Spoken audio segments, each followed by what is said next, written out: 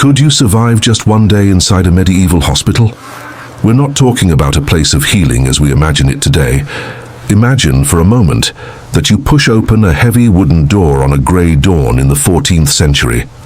Outside, rain falls relentlessly, turning the courtyard into a thick mire. The wind carries the smell of wet earth, but as soon as you step inside the building, another smell takes over the air, a sweet and rotten smell, the smell of sickness and death. The corridor is dark, lit only by a few flickering candles. Their smoke blends into the heavy air, saturated with sweat, blood, and infected wounds. In every corner, bodies lie on straw beds soaked through. Some shiver with fever, others merely breathe irregularly, as if each breath were a lost battle. And then you start to hear it, first a low moan and then another. Soon silence vanishes completely. Screams tear through the stifled air. A man begs for water, his hoarse voice barely escaping his dry throat. In another bed, a woman clutches her swollen stomach while crying in pain. Further along, an old man repeats the same phrase over and over, like a desperate prayer. Please and let me die. There is no privacy, no relief, no medicines capable of stopping it. With every hour that passes, more people are carried into the hospital, some still conscious, others already stiff, covered by rough cloths. The rain keeps falling outside, as if the world itself were trying to wash away something that can no longer be cleansed. And you notice something disturbing. In this place, dying quickly is considered good luck, because those who survive one more day often only survive to suffer even more. Now imagine being trapped in there, the smell soaked into your skin, the screams echoing in your ears, the certainty that no one really knows how to save those people. So I ask you, could you endure spending a single day in that hell? If this story has already given you chills, leave your like and subscribe to the channel now, because what we're about to reveal next will completely change the way you imagine ancient medicine. And the truth is even more disturbing, because the worst moment of that medieval hospital hasn't even begun yet. Now think about something unsettling. What you just imagined was not an isolated case. Scenes like this happened in countless hospitals across medieval Europe, places where people entered expecting healing, and often found only prolonged suffering. But here's the part almost no one tells. Those hospitals were not just settings of pain. They were also the first battlefields of medicine, places where monks, healers, and caregivers desperately tried to understand diseases that seemed to come straight from hell. Without microscopes, without anesthesia, without any clear idea of what actually caused an epidemic. And yet, they tried. The most impressive thing is that many of the mistakes, fears, and decisions made back then still echo in the modern world. In times of major pandemics, when hospitals overflow and healthcare systems collapse, humanity somehow relives the same dilemmas that began centuries ago. But to understand how a medieval hospital reached the point where patients begged for their own death, we need to go back a little in time, to an era when everything seemed to be getting better. An era when people truly believed life was becoming healthier and safer. Little did they know that apparent calm was only the silence before the storm. And when that storm finally arrived, hospitals turned into the most terrifying places anyone could imagine. Before they became scenes of despair, medieval hospitals had a very different purpose from what we imagine today. In fact, many of them weren't even hospitals in the modern sense of the word. A large number operated inside monasteries or religious institutions, run by monks and nuns who believed caring for the sick was an act of faith. These places were called hospitia, spaces meant to shelter the poor, travelers, the elderly, lepers, and the ill. There were no specialized wards. There were no precise diagnoses. In the same room, a man with fever, an injured pilgrim, a woman weakened by hunger, and a leper shunned by society might lie side by side. Still, by the standards of the time, that was seen as a sign of progress. For centuries, especially between the years 1000 and 1200, Europe experienced a period historians call the medieval warm period. The climate was milder, harvests were abundant, and the population grew rapidly. More food meant more survival. More survival meant bigger cities, and bigger cities needed places to care for the sick. That's how hospitals began to appear across various regions of Europe. To many people of the time, it seemed like the start of a new era, almost like today when we see advances in modern medicine and believe science is finally defeating all diseases. But there was a dangerous detail hidden behind that feeling of progress. Those hospitals were fragile, extremely fragile. It only took a series of bad harvests, a few years of cold, or the arrival of a single unknown disease, and the entire system would collapse. And when that happened, the hospitals meant to save lives turned into places where suffering multiplied faster than any cure could keep up. What no one imagined was that the worst was still to come. Because soon, something would start arriving at the doors of those hospitals. Something that would completely change the fate of thousands of people. It all begins almost imperceptibly. First, some harvests start to fail. Rain comes too early or too late. Fields once fertile become heavy, waterlogged, hard to work. The cold seems to last longer than it should. In the villages, people start eating less, thinner bread, thinner soups. Whole days living on roots and grain scraps. Hunger doesn't kill immediately, but it slowly weakens the body, and a weakened body becomes the perfect ground for something far worse. Then the first sick appear. A man arrives at the hospital shaking with fever. The next day, a woman with dark spots on her skin. Then a child who can't stop coughing. At first, it seems like just another common illness of the time. Nothing out of the ordinary. But then the numbers start to grow.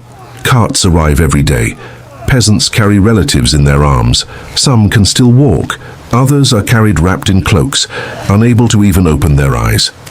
The constant rain turns paths into deep mud, but it doesn't stop the desperate crowd. Because when someone fell gravely ill in that era, the hospital was the last hope. Inside the building's walls, the monks and caregivers begin to notice something terrifying. The beds are already full. The floor starts being used, the corridors too, and still, more people keep arriving. The symptoms get stranger. Fevers that burn for days, bodies swelling, wounds that appear out of nowhere and begin to rot before they can even heal. And the worst of all, no one understands why. To them it could be divine punishment, poisoned air, or simply an impossible mystery to explain. But while they debated the causes, the disease was already advancing. And inside that hospital, what was once a shelter of faith slowly began turning into something far darker, a place where suffering spread faster than any prayer. And when the beds ran out, the real chaos began. In just a few days, the hospital stops being a place of care and starts looking like a battlefield. The straw beds become soaked with sweat and fever. Many patients spend entire days unable to even get up. The smell of sick bodies mixes with the sour odor of open wounds. There is no space. People lie directly on the stone floor, wrapped in rough blankets. Some share the same bed with equally sick strangers, and the resources start to disappear. There are no medicines as we know them today. What remains for the caregivers are ancient practices, bloodletting to balance the body's humors, bitter herbs boiled in water, or improvised compresses with vinegar and plants. Sometimes it works. Most of the time, it doesn't. Without enough salt to preserve food, meals spoil quickly. Without sun for days on end, clothes and sheets stay damp, creating the perfect environment for infections to spread even further. Muddy roads make supplies harder to deliver. Carts get stuck before reaching the city. Many villages simply stop sending help. And inside the hospital, the monks begin to realize something no one wants to admit out loud. They have lost control of the situation. Patients keep arriving. The sick keep getting worse. And the dead start piling up faster than they can be removed. Some caregivers work day and night without rest. Others start falling ill too. And amid all of it, a terrible feeling silently spreads through the hospital. The realization that this place, that was supposed to save lives, might actually be accelerating everyone's death inside. But the worst was still to come. Because while the hospital struggled to survive the chaos, someone inside it had to make impossible decisions. Decisions that would determine who got a chance to live and who would simply be left behind. Imagine waking up even before the sun rises, not from a full rest, but because the smell of death has already filled the air. The doctor, or often just a monk trained in basic healing practices, opens his eyes in a small stone room. The silence of dawn lasts only a few seconds. Then the sounds begin, First a distant moan, then a violent cough echoing down the corridor. Right after, a sharp scream of pain that cuts through the walls like a blade. Another day has begun. He quickly puts on his heavy tunic and walks through the cold corridors of the hospital. The candles still burn weakly from the night before. Some have melted completely, leaving only wax stains on the wood. The first patient has a high fever, skin burning like embers. Without understanding the cause of the disease, the doctor does what he learned from ancient manuscripts. He takes a small blade and performs bloodletting, believing the excess humors in the body need to be released. The blood slowly drips into a bowl. Sometimes the patient improves. Other times, they don't survive until the end of the day. In the next bed, an open wound gives off such a strong smell it makes eyes water. Maggots begin to appear inside the infected flesh. The doctor tries to clean the area with wine or vinegar, one of the few substances considered purifying. Further along, a young woman grips his hand tightly. She doesn't ask for a cure. She asks only one thing: am I going to die? And that is the cruelest question a medieval doctor could hear, because very often Luddy simply didn't know. In a single day, he might treat 20, 30, 40 people. Some survive. Others die hours later, and in the middle of it all a silent dilemma emerges. When there are few remedies, little food, and few hands to help, who should be treated first? The young person who can still work? The elderly who are already weak? The child with a high fever? Those decisions aren't written in any book, but someone has to make them. And while that doctor walks through the hospital trying to save as many lives as possible, something terrible begins to happen outside, because the disease isn't coming alone. It's bringing something even more devastating with it. Disease weakens bodies, but it's hunger that starts to break people's spirits. In the surrounding villages, fields no longer produce as before. Constant rains rot entire crops. Cattle fall ill. Chickens die mysteriously. Milk disappears from tables. And when food vanishes, despair takes its place. The patients arriving at the hospital now are even worse off. Not just sick, but deeply debilitated. Some arrive with bodies swollen from malnutrition. Others can barely stand. Many simply lie down and lack the strength to get up again. Their faces grow pale and sunken. Their eyes lose their spark. Their minds begin to slip into fever and hunger delusions. Inside the hospital, caregivers try to distribute small portions of bread or thin soup, but the food isn't enough for everyone. And then something starts to happen. Some patients begin eating anything they find. Hard crusts of moldy bread, bitter roots pulled from the ground, food scraps that would normally be thrown away. Stories start circulating through the corridors, whispered almost like forbidden rumors. Stories of people in even more desperate places, doing unthinkable things to survive. No one confirms them. No one wants to say it out loud. But the fear grows, and as bodies weaken, the hospital begins facing another problem impossible to hide. The dead are increasing. First 1 per day, then 3, then 5. Soon the monks can no longer remove the bodies as quickly.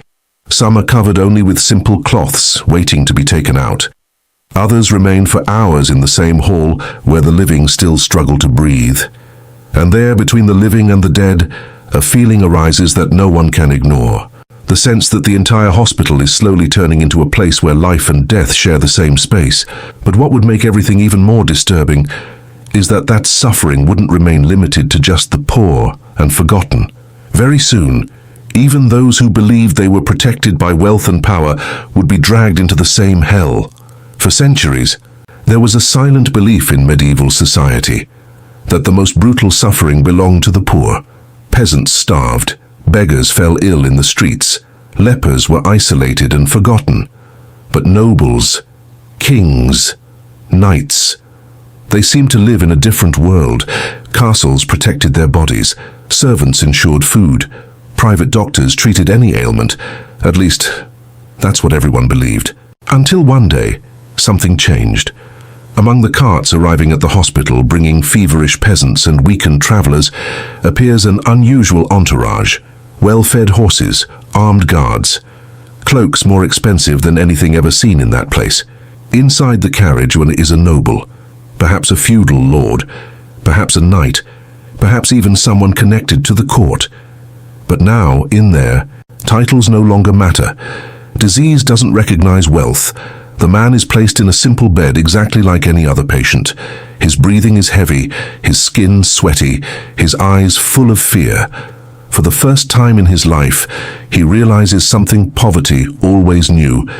The human body is fragile. In the following days, more similar cases begin to appear.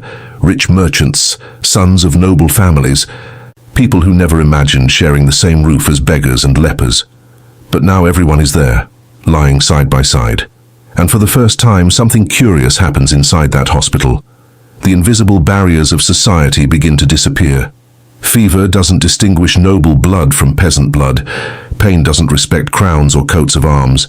Everyone groans the same way. Everyone bleeds the same way. Everyone fears death the same way. For many nobles, that is a brutal shock. The discovery that power and wealth don't buy protection against certain forces of nature. But that equality in pain also brings a disturbing thought. If even the powerful can't escape, then no one is truly safe. And as that fear spreads, the hospital begins to witness something even more desperate.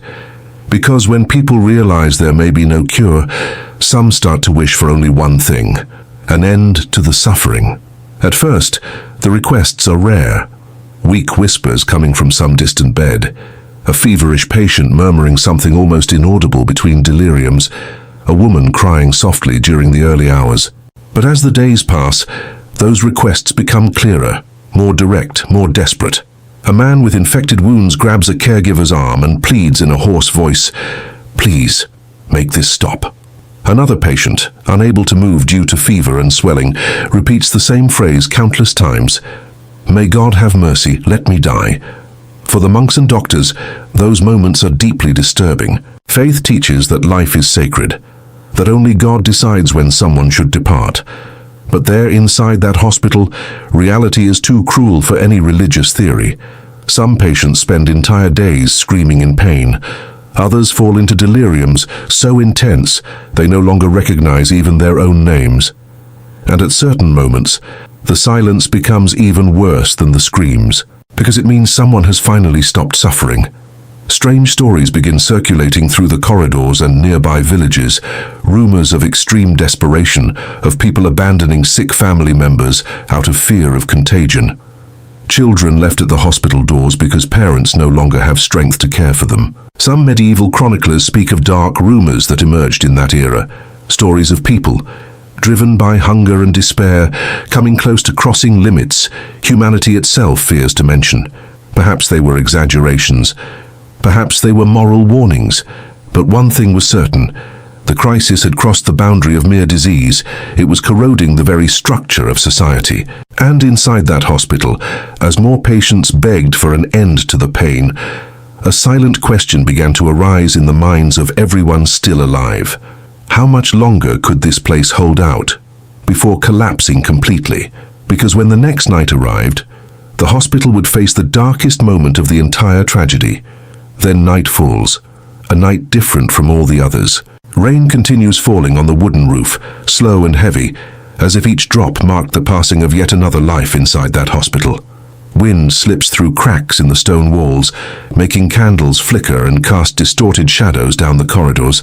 But that night, something is wrong. The moans don't decrease, they increase. Patients who survived the whole day now enter violent crises. Fevers spike. Bodies begin convulsing. Some delirious ones try to stand, stumbling between beds and knocking over basins of water and candles. The hospital plunges into chaos.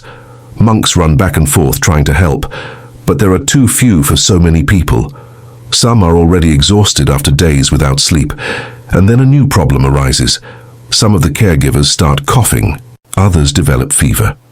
The disease, which previously seemed to attack only those arriving from outside, now begins infiltrating those trying to save the others. Fear spreads quickly. One of the monks abandons the hall and runs out to the courtyard. Another hesitates before touching a patient, fearing that simple contact might be the beginning of his own end. The faith that once sustained that place begins to waver. Outside rumors reach nearby villages. Families refuse to bring their sick to the hospital. Some say the place has become cursed. Others believe the entire building is contaminated by deadly air. At certain moments in the early hours, the hospital seems less a place of healing and more a ship adrift in the middle of an uncontrollable storm. Inside the dark wards, the living share space with the dead, and the worst thought begins to emerge in the minds of those still conscious. Perhaps the hospital won't survive that night. Perhaps no one inside will survive. But even when the chaos seems total, the true impact of that tragedy hasn't ended yet. Because what happened there wouldn't die with those patients. The marks of that horror would remain alive, etched into an entire generation. When the worst finally passes, days or weeks later, the silence left behind is almost as terrifying as the chaos that came before. The hospital corridors, once filled with screams and hurried footsteps, now seem strangely empty. Many beds remain occupied, but by bodies that no longer move. The survivors are few, and even those who manage to leave the hospital carry something no one can see. Their bodies are weak. Many spend months trying to regain strength. Prolonged hunger, diseases, and infections leave after effects the medicine of the time simply doesn't know how to treat. Some never return to who they were before. But the damage isn't only physical. What those people witnessed deeply changes how they see the world. They saw neighbors begging for death. They saw entire families disappear in days. They saw doctors and monks fighting against something that seemed impossible to defeat, and that leaves invisible scars. In the villages, stories begin circulating about that terrible period. Children grow up hearing accounts of the hospital where death seemed to live among the living. Those collective memories end up shaping the behavior of an entire generation. People begin fearing disease in an almost supernatural way. Any fever causes panic. Any cough raises suspicion. And without realizing it, those communities are being prepared, biologically and psychologically, for something even greater. Because those crises of hunger and disease were weakening entire populations, weakened immune systems, traumatized societies. All of it created the perfect scenario for the arrival of an even more devastating catastrophe. A catastrophe that, a few decades later, would sweep across Europe with unimaginable force. A plague that would make even that hospital, with all its suffering, seem like merely a prelude to what was still to come. When we look back at that medieval hospital immersed in pain, it can be tempting to think it belongs to a completely different world from ours. A more primitive world, more ignorant, more distant from the safety modern medicine offers us today. But the truth is a little more uncomfortable. Those people weren't so different from us. They too believed they were advancing, that hospitals were becoming more common, that medical knowledge was slowly evolving, that little by little humanity was learning to confront disease. And for a time, it seemed true. Until a few bad years, unstable weather, hunger, infections, were enough for that fragile system to start crumbling. Hospitals overflowed, resources ran out, doctors ran out of answers, and suddenly entire societies realized something no one likes to admit. Civilization is far more delicate than it appears. Even today, centuries later, just remember recent moments when modern hospitals became overcrowded, healthcare workers pushed beyond limits, and entire communities lived in fear of an invisible disease. Technology has changed, medicines have evolved, but human vulnerability remains the same. The medieval hospital we saw in this story isn't just a place from the past. It is a reminder. A mirror showing how much humanity depends on balance, public health, scientific knowledge, and social cooperation to keep chaos from taking over again. Because history teaches us something very clear. Great crises rarely begin with a single event. They begin slowly, with small signs, until suddenly the world realizes it's already in the middle of the storm. And those medieval hospitals were just the first to witness how devastating that storm could be. What happened in that medieval hospital was more than just a dark moment in history. It was a brutal portrait of how humanity reacts when everything starts collapsing at once. Hunger, disease, fear, and lack of knowledge. Within those stone walls, people of all backgrounds faced the same reality.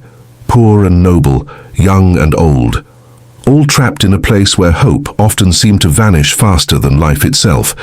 Some survived, but many left there with an impossible memory to forget. The sound of screams at night, the constant smell of sickness, and the faces of those who arrived expecting healing, but found only suffering. Today, when we pass by a modern hospital full of light, technology, and trained professionals, it's easy to forget how long and painful that path has been, and how much it hurt. Stories like this exist to remind us of something essential. The past is never as distant as we imagine, because in every medical advance, in every hospital built, in every vaccine developed, there is also the silent memory of those times when humanity fought disease almost blindly, and perhaps that's exactly why these stories still need to be told. If this account made you reflect or surprised you in some way, share this video with someone who also likes to discover the darkest and most human sides of history. Because sometimes, to understand how far we've come, we first need to face how dark our journey has been.